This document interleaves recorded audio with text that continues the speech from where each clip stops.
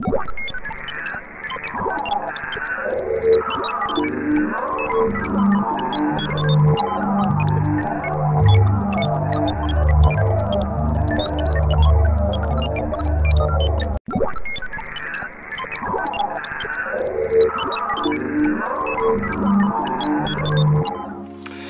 bonjour, alors aujourd'hui on va parler un petit peu de nourrisseurs. À savoir que jusqu'à maintenant, soit je fabriquais mes nourrisseurs et j'intégrais un fond plexi pour qu'ils soient transparents, soit c'était des nourrisseurs bois que je démontais. D'ailleurs il y a une vidéo à ce sujet pour les passer en fond transparent. Et l'autre jour en faisant des courses chez Ico, j'ai vu qu'ils avaient un nourrisseur plastique transparent. Donc je me suis dit pourquoi pas, 12 € c'est pas excessif. J'essaye. Donc du coup dans cette vidéo vous allez voir un petit peu les avantages, les inconvénients et au final moi ce que je vais faire après cet essai qui a duré 3 mois. Allez, c'est parti pour la vidéo. Donc il y a des gorges qui permettent aux abeilles de faire tout le tour. En revanche, il n'y a que 2 zones où elles peuvent boire ou consommer le sucre. Alors donc moi j'étais obligé de couper à peu près ça de haut pour pouvoir le rentrer sur une dadandicadre alors que c'est fait pour les dadandicadres. Alors l'autre avantage aussi, c'est vrai que je sais pas si vous le voyez, il est bombé en son centre, ce qui fait que le sucre va vraiment tout autour.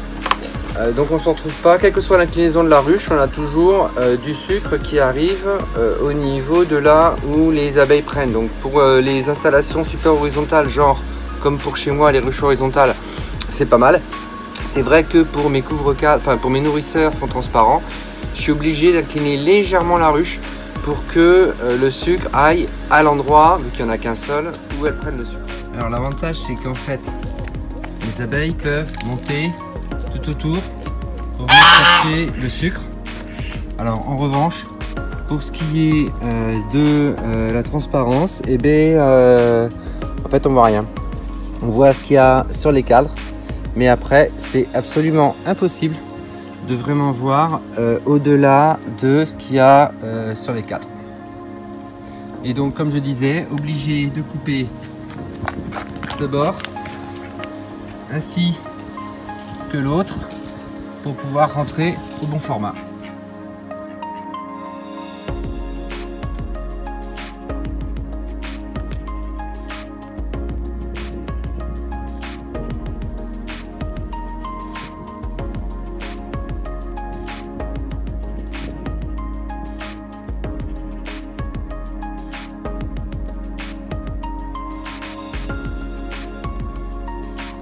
Et en revanche, au niveau transparence, vous voyez, c'est très anecdotique. En fait, je l'avais acheté pour la transparence et au final, je vais remettre en place les couvre-cadres que je fabrique moi-même avec des fonds plexi parce que on ne voit absolument rien. On voit les abeilles qui sont sur les têtes de cadre, mais ça ne va pas du tout plus loin. C'est absolument impossible de voir plus loin.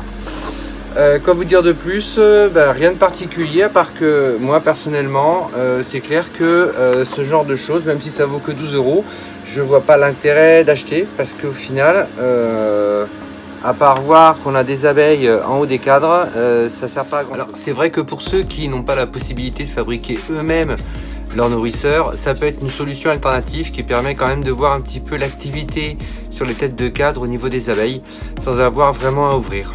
Allez, c'est fini pour cette vidéo et je vous dis à bientôt pour une prochaine.